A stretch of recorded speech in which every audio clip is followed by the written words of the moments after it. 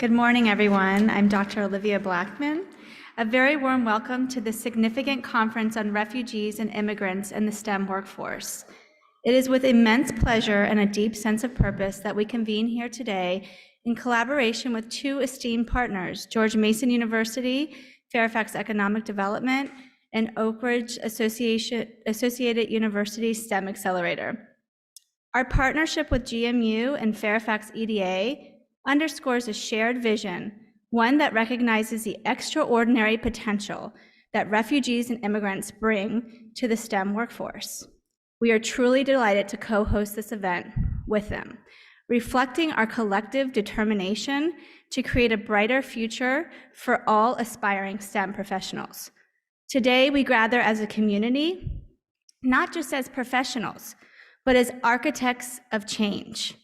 The need of the hour is clear. We must develop a strategic workforce plan, implementation plans, and clear actionable steps, not only for our region, but for the entire United States, to empower refugees and immigrants in the pursuit of STEM careers. Refugees and immigrants possess a wealth of talent, experiences, and unique perspectives that are invaluable to the STEM field, yet many encounter daunting challenges in accessing STEM opportunities. It is our moral duty and collective responsibility to dismantle these barriers and pave a path to success for all who aspire to contribute to STEM workforce. I stand before you today not only as an organizer of this conference, but as someone who has personal experience, a family of immigrants, including myself, who emerged from a working class, uneducated background. My own journey has been a testament to the transformation power of education, determination, and to the opportunities that this great nation provides to those who dream big. I vividly recall the obstacles I faced and the uncertainties that often loomed large. But I also cherish the invaluable support and mentorship that guided me toward a career in STEM. It is my personal experience that fuels my unwavering commitment to ensuring that others are not denied the chance to fulfill their potential simply due to their origin or their circumstances. As we embark on the discussions and deliberations of this conference, let us remain acutely aware of the profound impact we can have.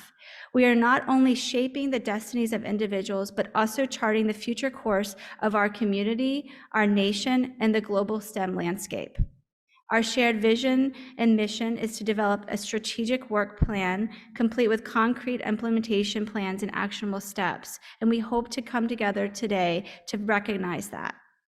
We celebrate and elevate the contributions of refugees and immigrants in STEM, and in doing so, we strengthen the very fabric of our nation, our diversity, our innovation, and our collective resilience. I extend my heartfelt gratitude to all of our speakers, panelists, and attendees for joining us today. Your expertise and insights and dedication are the driving force behind this change.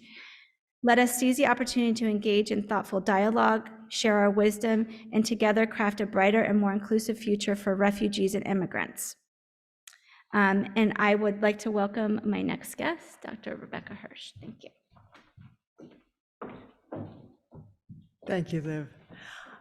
Good morning, everyone, and welcome to George Mason University. I am Rebecca Hirsch. I'm the Associate Vice President for Research and Innovation in the Office of Research, Innovation, and Economic Impact here at George Mason. I also have the tremendous good fortune to serve on the ORAU Council of Sponsoring Institutions as Mason's counselor and as Vice Chair of that consortium. And it is our just great privilege to be working with ORAU and really want to give just tremendous shout out to IRR for their thoughtfulness in applying for the ORAU grant to bring this conference to Mason. I can think of no other place where this would be more welcome than at George Mason, which is what we call an Access R1 university.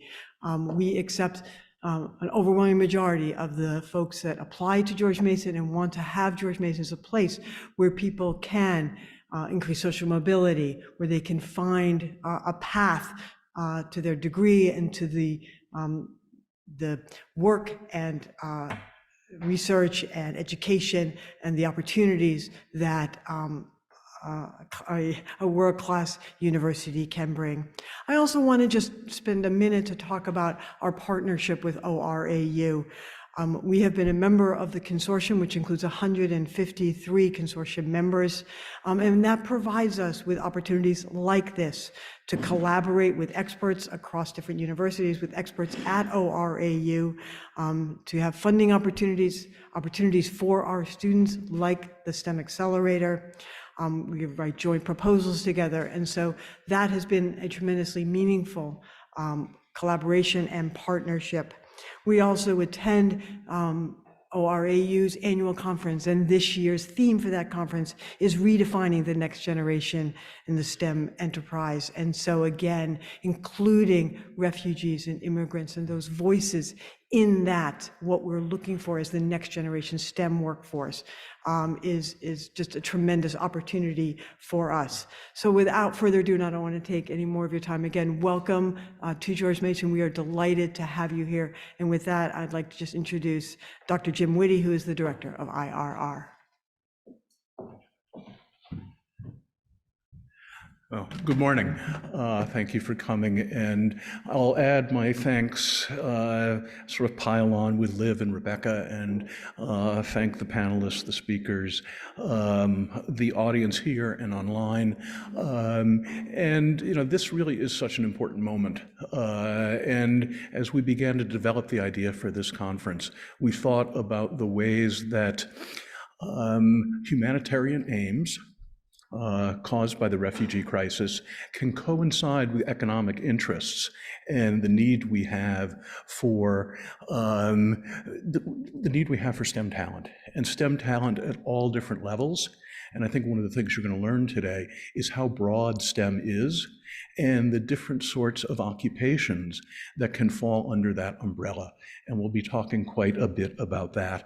I also want to add my thanks to our fantastic IIR team who got things pulled together. I think we learned about this award at the end of July. And we had a deadline of September 30th. So getting people here, online, in the room. And I think what I want you to take away from today are the speakers, and we're going to have an overview of refugee data and policies. And then we're going to follow that with a panel discussion with two people who came to the United States as refugees 40 years apart, though. And they're going to reflect on their experiences along with two professionals from Lutheran Services, one of the 10 agencies involved traditionally in the resettlement of refugees. And then we're going to have at lunchtime, and lunch will be available in the back there, but at lunchtime we're going to have Andre Marshall, who is Mason's Vice President for Research, is going to talk a bit about the STEM fields at Mason and in the Commonwealth. And then we have two people, Colleen Tai, who is going to be here, and Lucretia Keenan from the representing the Welcome Corps, which is a new private-sponsored approach to refugee resettlement.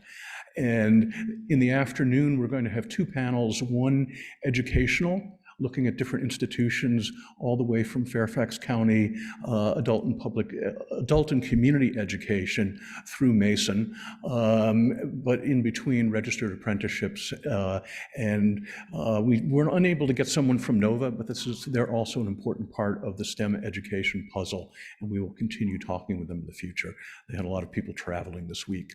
And then after, the final panel for the day is going to be on employer resources and different things that can facilitate the match between an employer and talent, and how we sort of place the talent.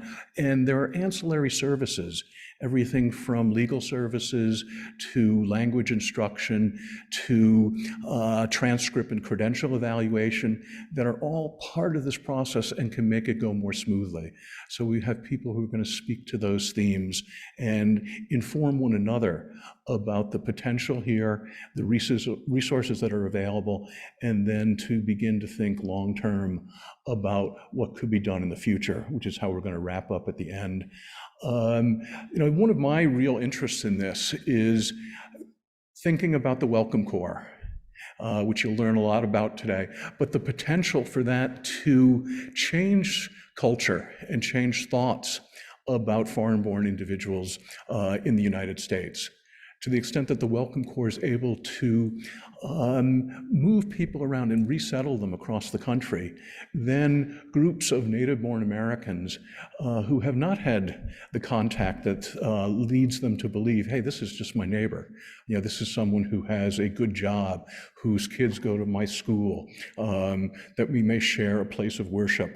That's really the long-term goal, I think, that the Welcome Corps has in mind, and it can really accomplish it the way it's implemented. And we'll talk quite a bit about that.